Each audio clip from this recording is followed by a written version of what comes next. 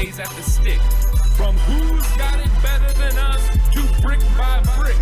It's always the 49ers way, from off-season to game day. Yeah, we talk back.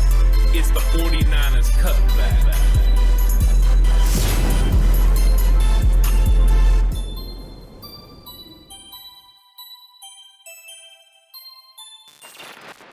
It's 49ers Cutback Podcast time. Welcome to the show. We're going to be talking about the 49ers defense and how they match up with the NFC West offenses. Alex, I think this is going to be a fun conversation because the 49ers definitely build their defense a certain way. How that matches up with the offenses, though, is going to be another story. How do you think this is going to play out? Incredibly. Talk to us, and look, it's going to be really good. And the reality is, it starts with your front four. But before we get too deep into this, make sure you subscribe if you haven't already, and hit that notification bell, and let us know how you think the defense is going to stack up against this NFC West, which is talented. You have the reigning Super Bowl. You just had to do it. You just had to. I can't get the words out of the Rams, the Lambs, the Lamb Liquor, I don't know, whatever you want to call them. The McVays over there, they are a very talented football team. They still a lot of weapons on offense, still have Matthew Stafford, hoping to improve upon, obviously, this past season for them. Then you have the Arizona Cardinals with the talent they have there with Kyler Murray and all the offensive weapons, as well as the rebuilt, re-identified defense that they're still continuing to mold. And then you have the Seahawks, who are doing stuff and things, and no one can really figure out what it is. But let's start with the Rams first and foremost, and how the Niners stack up defensively against this offense. Number one, Matt Stafford and that arm is a problem. We saw it last year late in the season. Cooper Kupp, problem, and big, major problem. However, still question marks on the offensive line for this team, for the Rams. And guess what the Niners don't have? Question marks on the D-line. Yeah, I mean, that's it, right? Andrew Whitworth being gone as the left tackle, I think is one of the biggest glaring holes for the Rams, and they're going to have to makeshift figure that out. And they went ahead and spent a lot of money, on skilled players, and that's something that they do a lot. But now they're going to have to worry about how are they going to stop this 49ers defensive line. The 49ers defensive line is their strength. The Rams offensive line, I believe, is the weakness of the offense. I think that is something that the 49ers can take advantage of, and that's one of the biggest things the Rams having to go in against them when they play the 49ers. There's a reason the 49ers were handling the Rams, for 5 of 6 games, and a lot of it had to do with that front. And the 49ers defensive front just looks like it got better. The linebacker core for the 49ers has gotten better. And now you add the fact you have Charvarius Ward as well. This secondary has gotten better. So I think the 49ers top to bottom have gotten better. And I can't say that about the Rams. They've made some lateral movements. Robert Woods being gone. They have no Odell Beckham Jr. I'm not sure those are really good things for them. Cooper Kupp is still going to be special. But can they get the run game going with Cam Akers enough to go ahead and slow down this 49ers defensive pass rush? I'm not sure they can, and I think that's going to be one of the real problems for the Rams when they face the 49ers. Look, here's the thing I could see working out in the Rams' favor. If you've made all of these moves, Ant, and you're going to go to a little bit more of a run-heavy scheme, and maybe you have offensive linemen that are better in run situations than pass pro sets, and you can run the ball and then use play action to create and let Matt Stafford air it out when he needs to, then possibly this could work out. But it's predicated on first and second down running the football effectively. This O-line is unproven. And the strength of this 49ers is the front four and your linebacking core, which has shown that they could get after it in a big way and slow down run games. And if you can do that, then you're having to rely on that pass game. And here's the problem. It's not just lateral moves, Ant. I believe personally it's a downgrade. I think a healthy Robert Woods is a better fit in this offense and scheme with what they do than Allen Robinson is. He doesn't add the blocking aspect in. There's no threat of him as a blocker. I don't see the speed with Allen Robinson there anymore to be a burner, whereas Robert Woods still had some of that on end arounds and things of that nature. Yes, you have Van Jefferson, but Van Jefferson is a twig in comparison to he's a twig thin boy who doesn't necessarily block that well. And listen, I'm a Florida Gator fan. I loved Van Jefferson when he was at the University of Florida, but he wasn't known for being a physical presence, and he was a take the top off the guy, kind of deep route and middle crosser guy. That's what his role is. That's what it was last year. I don't think their weapons have gotten drastically better. You still have Cooper Kupp. That's great for you. You have Van Jefferson. You have the speed there. That's cool. You have Allen Robinson, who's a little bit more of a possession guy, and maybe some people think he's a slightly better version of what Odell Beckham was when he was in that system. Maybe, maybe not. I don't know. He hasn't been healthy the last few years. There are question marks for the Rams. They are taking a big risk here in how they are choosing to build this team out. And look, Cam Akers looked great coming off the Achilles, Ant. and he's going to be a year further removed from it, which means potentially big things for the run game, possibly. But if that O-line takes a huge step backwards with the 49ers defense in front taking a huge step forward, their cornerback room taking a huge step forward, I don't know how much progress we're going to see from the Rams offense that makes you go, oh my God, they're unstoppable. It's undeniable. This is an immovable object. They're an unstoppable force, and we're just up a creek, Ant, that has a curse word at the first part of it, and I don't want to get demonetized. Yeah, I mean, when you're talking about the NFC Championship game, for instance, yeah, they had the receivers out there, but the 49ers were running out a rookie cornerback. True. That has been fixed. Tarvarius Ward's going to be out there. You know what Emmanuel Mosley still didn't do? Give up a touchdown against them. Accurate. So you're going to have those guys. You're going to have Verrett as well, potentially helping out along the way. You think that they made some improvements, but they held the team already to 7 points for most of that game. That Jaquiski Tartt could have had an interception. That could have changed some things. The 49ers were in prime position to win. I don't think that the 49ers defense can't handle the Rams. And in fact, I think you're right. I think the Rams offense overall has taken a little bit of a step back. That Whitworth being gone is really big. That offensive line being a little bit unsettled is really big. Cam Akers, I've liked Cam Akers since he's been playing in college. I've always liked him. But the 49ers normally handle running backs like him very well. So I think that they're going to be just fine, especially if that linebacker group stays healthy. Armstead and Kinlaw being in the inside is going to be huge for the Niners. I look for this to be a win for the 49ers. As far as defense versus offense, I'm not saying a win overall in the season. I'm just saying that for right there. I would agree with you. Defense v. offense, and this should be a win for San Francisco. And now let's turn to a little bit tougher matchup with the Arizona Cardinals, because I do think this is the team that I think both of us would agree on. This is the team that, in theory, on paper, should cause the 49ers the most problems. Also, in terms of matchups the last few years, this is the team that has caused the 49ers in the regular season the most amount of problems.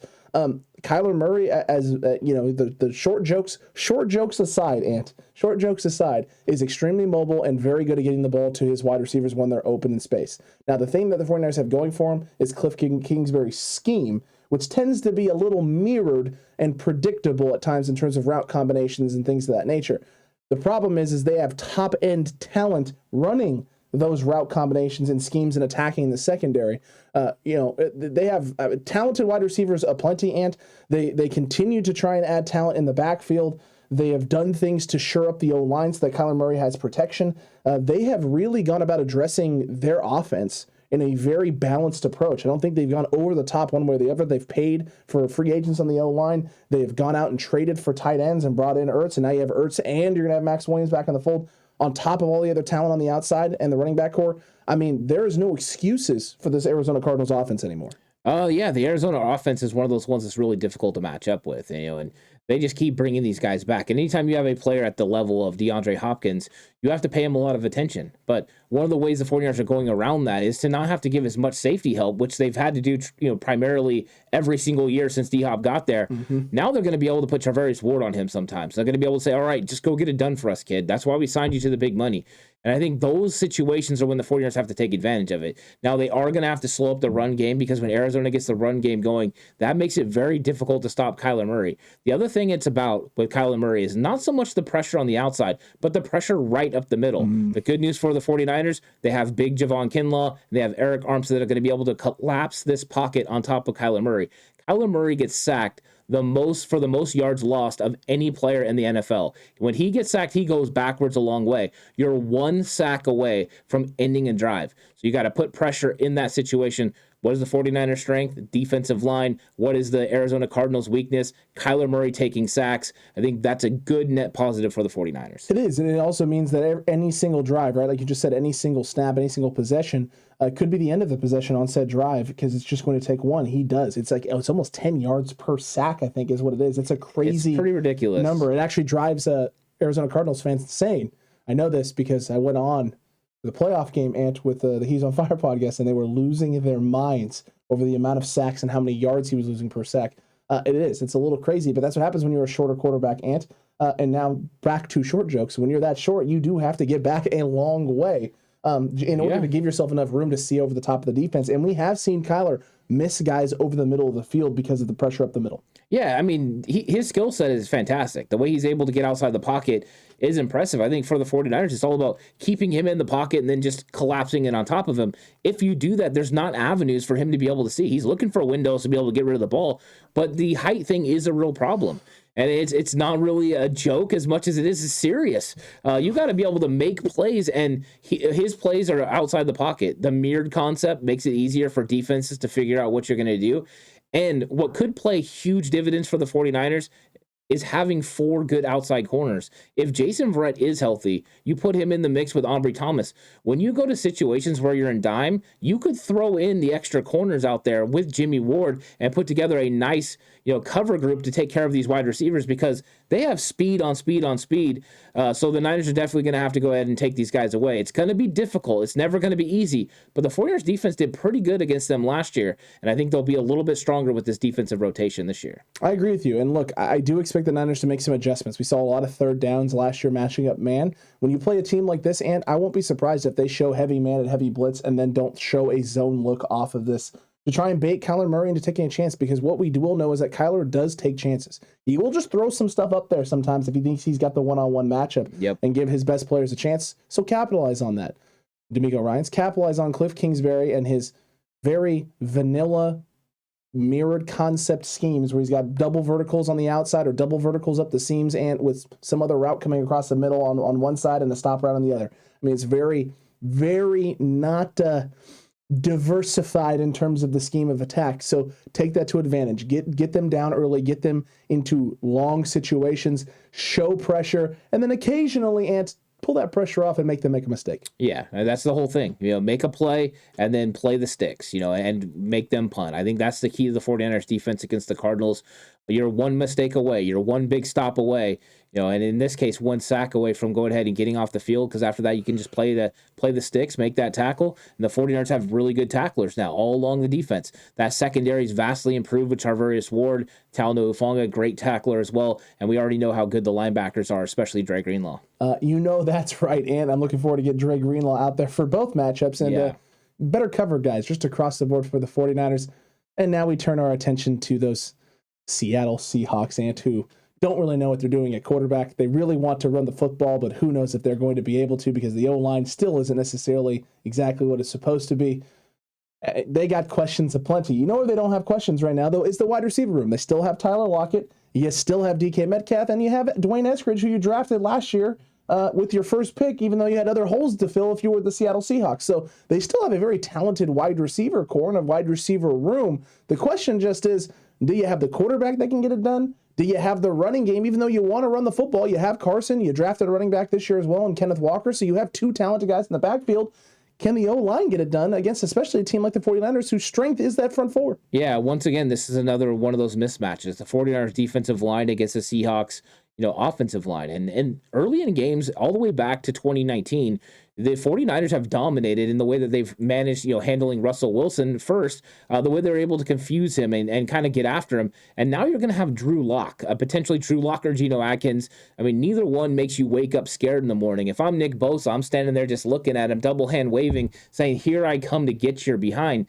Because I don't think these guys have the natural abilities that Russell Wilson had, and that's going to be a problem, because that's how Seattle overcame the 49ers defense in recent memory, was Russell Wilson. I think this is going to be somewhat of a frustrating year for DK Metcalf and Tyler Lockett, because they don't have a guy that can get them the ball out in space.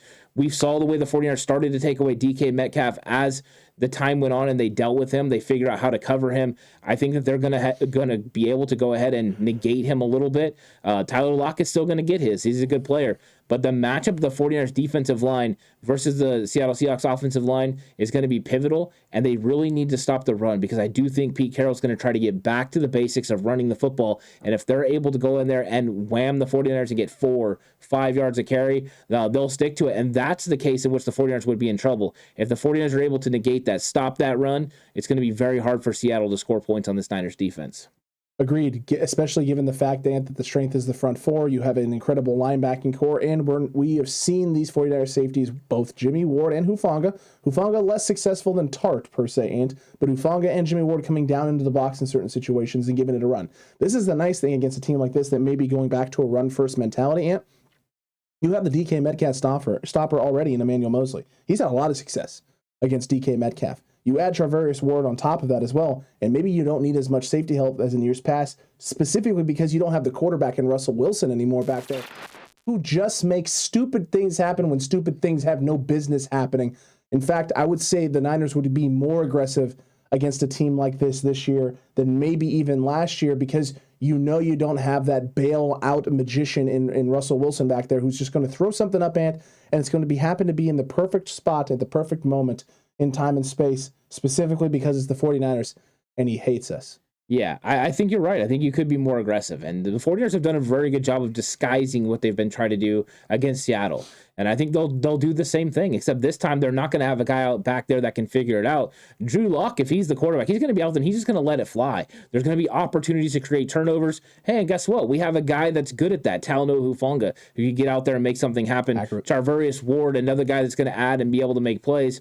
As long as this run game gets stopped for Seattle, I think Seattle's going to have a long day against the 49ers. I think week 2 could be a lot of fun for San Francisco if this defense is healthy and able to get out there and run what they want to run. D'Amico understands Seattle's offense. True. I mean, he had them, completely fooled last year. It's just Russell Wilson doing Russell Wilson things. We won't have to see that until week 3 this year. So that means Seattle, you could be in some trouble, but I don't want to count them out because Pete Carroll is a very qualified coach. He's done a very good job in this league, and they can always figure something out. And guess what? It's a rivalry game. You just never know. That's why rivalry games are unpredictable for that specific reason, Ant. And you know what? Let's not forget, Emmanuel Mosley also could be a turnover machine, Ant, as long as there's not atmospheric river. If there's atmospheric river, he's going to drop 4 picks. He's going to drop 4 picks. Oh, ridiculous, man. Ants, ridiculous. Look, the 49ers defense stacks up very well with the NFC West. There will be some tough matchups. There will be some tough opponents. It's not going to be cookie cutter in any way, shape, or form. 3 of the 4 teams in the NFC West, Ant, still primed to be those type of teams, cream of the crop in the NFL, and all 3 of those teams made the playoffs last year. All 3 are looking to get back to that same position, and Seattle is trying to rebuild and recapture their identity. It's going to be a tough matchup no matter what, but Cutback Crew, let us know what you think down below. Did we sway you one way or the other? Do you feel worse about the 49ers defense against the NFC West now, or do you feel better or exactly the same? Let us know down below. And while you're down there, don't forget to like and subscribe if you haven't already, and hit that notification bell. Yeah, there's no give-me's when you're playing the NFC West. I mean, all these games are going to be tough. All these teams are really good football teams. The 49ers are going to have to go through murderer's row to be able to get to the playoffs, but that's what you know you're tasked with. And if you're going to be the best, you have to go out there and you have to beat the best. So I think I'm excited about the opportunities, and I like the way that John Lynch built this defense. I think it does match up well with what a lot of these NFC West teams do, but I think Arizona is the one that scares me the most, and it's mainly because of the wide receiver group. I think if you're talking about quarterback play, maybe it's the Rams. I think when it comes down to it, there's a lot of talented players, and they're going to have to go out there and do it, but they have the potential to get it done. They absolutely do, and I cannot wait to see what this defense does to the NFC West this year and all these offenses. But until the next one, Cutback Crew and the faithful, stay safe. And remember, the right way is always the 49ers way.